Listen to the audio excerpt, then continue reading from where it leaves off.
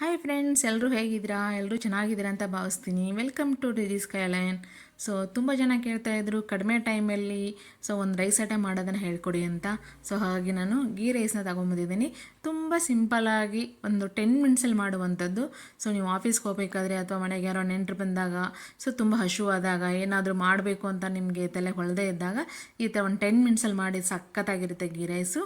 So ನೋಡಿ, ಇಲ್ಲಿ ಒಂದು ನಾನು ಕುಕ್ಕರ್ನ ತೊಗೊಂಡಿದ್ದೀನಿ. 2 ಟೀ ಸ್ಪೂನಷ್ಟು ನಾನು ತುಪ್ಪ ಹಾಕೋತಾ ಇದ್ದೀನಿ. ಸೊ ತುಪ್ಪ ಇಲ್ಲಾಂದರೆ ನೀವು ಎಣ್ಣೆ ಕೂಡ ಹಾಕೋಬೋದು. ಸೊ ಹಾಗೆ ಮಸಾಲೆ ಐಟಮ್ಗೆ ನಾನು ಚಕ್ಕೆ, ಏಲಕ್ಕಿ ಪ್ಲಸ್ ಒಂದು ಸ್ವಲ್ಪ ಕಸೂರಿ ಮೆಂತಿ ಕೂಡ ಹಾಕೋತಾ ಇದ್ದೀನಿ. ಕಸೂರಿ ಮೆಂತಿ ಇದ್ದರೆ ಹಾಕ್ಕೊಳ್ಳಿ, ಇಲ್ಲಾಂದರೆ ಸ್ಕಿಪ್ ಮಾಡ್ಕೊಳ್ಳಿ. ಹಾಗೆ 1 ಟೀ ಸ್ಪೂನಷ್ಟು ಶುಂಠಿ ಬೆಳ್ಳುಳ್ಳಿ ಪೇಸ್ಟ್ ಇತ್ತು, ಅದನ್ನ ಹಾಕ್ಕೊಂಡಿದ್ದೀನಿ. ಇಲ್ಲಾಂದರೆ ಫ್ರೆಶ್ ಆಗಿ ನೀವೇ ಶುಂಠಿ ಬೆಳ್ಳುಳ್ಳಿ ಪೇಸ್ಟ್ ಹಾಕೋತೀನಿ ಅಂದರೆ ಹಾಕೋಬೋದು. ಸೊ ನೀಟಾಗಿ ಎಣ್ಣೆಲಿ ಫ್ರೈ ಮಾಡ್ಕೊಳ್ಳಿ. ಸ್ವಲ್ಪ ಎಲ್ಲ ಹಸಿ ವಾಸನೆ ಹೋಗಬೇಕು, ಶುಂಠಿ ಮತ್ತು ಮಸಾಲೆದೆಲ್ಲ. ಸೊ ಹಾಗೆ ಕರಿಬೇವು ಸೊಪ್ಪು, ಸ್ವಲ್ಪ ಖಾರ ಮೆಣಸಿನ್ಕಾಯಿನ ನಾನು ಒಂದು 4 ಮೆಣಸಿನ್ಕಾಯಿನ ಕಟ್ ಮಾಡಿ ಹಾಕ್ಕೊಂಡಿದ್ದೀನಿ. ಖಾರ ನೋಡಿಬಿಟ್ಟು ಹಾಕ್ಕೊಳ್ಳಿ. ಸೊ ಈರುಳ್ಳಿನ 1/4 ಕಪ್ಪಷ್ಟು ನಾನು ಈರುಳ್ಳಿ ಕೂಡ ಚಿಕ್ಕ ಚಿಕ್ಕದಾಗಿ ಕಟ್ ಮಾಡಿಕೊಂಡು ಸೊ ಉದ್ದಕ್ಕೆ ಹಾಕ್ಕೊಂಡಿದ್ದೀನಿ. ಸೊ ಈ ಥರ ಒಂದು ಈರುಳ್ಳಿನ ಸ್ವಲ್ಪ ಜಾಸ್ತಿ ಹಾಕೋದ್ರಿಂದ ಚೆನ್ನಾಗಾಗುತ್ತೆ ಪಲಾವ್. ಅದಕ್ಕೋಸ್ಕರ ಈ ಗೀ ರೈಸ್ನ ಎಷ್ಟು ಚೆನ್ನಾಗಾಗುತ್ತೆ ಅಂದರೆ ತುಂಬ ಕಡಿಮೆ ಸಮಯದಲ್ಲಿ ಆಗುತ್ತೆ. ಎಕ್ಸ್ಟ್ರಾ ಏನೂ ಇಂಗ್ರೀಡಿಯೆಂಟ್ಸ್ ಯೂಸ್ ಮಾಡಿಲ್ಲ ನಾನು. 1 ಟೇಬಲ್ ಸ್ಪೂನಷ್ಟು ನಾನು ಹಸಿ ಬಟಾಣಿ ಯೂಸ್ ಮಾಡಿದ್ದೀನಿ. ನೀವು ಬೇಕಾದ್ರೆ ಒಣ ಬಟಾಣಿನ ಓವರ್ನೈಟ್ ಇಟ್ಟು ಹಾಕ್ಕೊಳ್ಳಿ. ಹಾಗೆ 1 ಟೀ ಸ್ಪೂನಷ್ಟು ಗರಂ ಮಸಾಲೆ ಕೂಡ ಹಾಕ್ಕೊಂಡಿದ್ದೀನಿ. ಇಷ್ಟೇ ಆದರೆ ಸಾಕು. ತುಂಬ ಈಸಿಯಾಗಿ ಮಾಡುವಂಥ ರೆಸಿಪಿ. ಸೊ ಯಾರೇ ಬ್ಯಾಚುಲರ್ಸ್ ಆಗಿರ್ಬೋದು, ಬಿಗಿನರ್ಸ್ಗಾಗಿರ್ಬೋದು, ತುಂಬ ಈಸಿಯಾಗಿ ಸಿಂಪಲ್ಲಾಗಿ ಮಾಡುವಂಥ ರೆಸಿಪಿ. ಟ್ರೈ ಮಾಡಿ ಒಂದ್ಸಲ ಹೇಗಾಗಿದೆ ಅಂತ ಕಮೆಂಟ್ ಹಾಕಿ. ನೋಡಿ, ಇಲ್ಲಿ ನಾನು 1/4 ಕಪ್ಪಷ್ಟು ಅಕ್ಕಿನ ತೊಗೊಂಡಿದ್ದೀನಿ. ಸೊ ಇಷ್ಟೇ 1/4 ಕಪ್ ಅಷ್ಟು ಅಕ್ಕಿ ಹಾಕಿದರೆ ಇಬ್ಬರು ಆರಾಮಾಗಿ ತಿನ್ಬೋದು. ಸೊ ನೀವು ನೋಡಿ ಎಷ್ಟು ಜನಕ್ಕೆ ಬೇಕು ಅಂತ ಕ್ವಾಂಟಿಟಿ ನೋಡಿಬಿಟ್ಟು ಹಾಕ್ಕೊಳ್ಳಿ.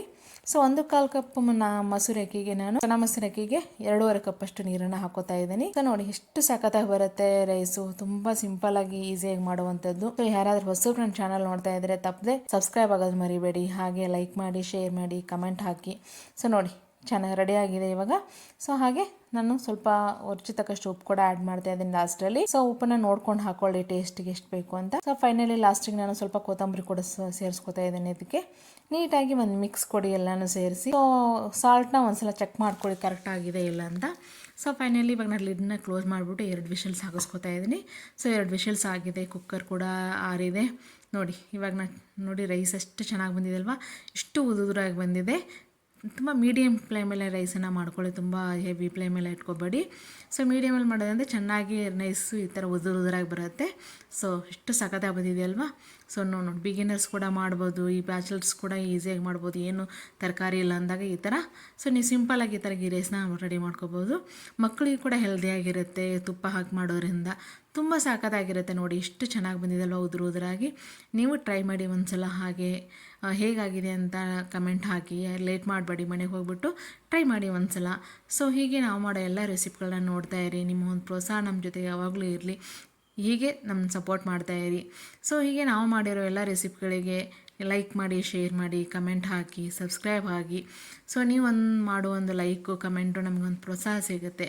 ಸೊ ನೋಡಿ ಇಷ್ಟು ಚೆನ್ನಾಗಿದೆ. ತಿನ್ನೋವಾಗಿದ್ದರೆ ನೋಡಿ ಎಷ್ಟು ಸಖತ್ತಾಗಿ ಬಂದಿದೆ ಅಲ್ವಾ, ಸೂಪರ್ ಆಗಿದೆ. ಹೀಗೆ ಸಪೋರ್ಟ್ ಮಾಡ್ತಾಯಿರಿ. Thank you for watching my video.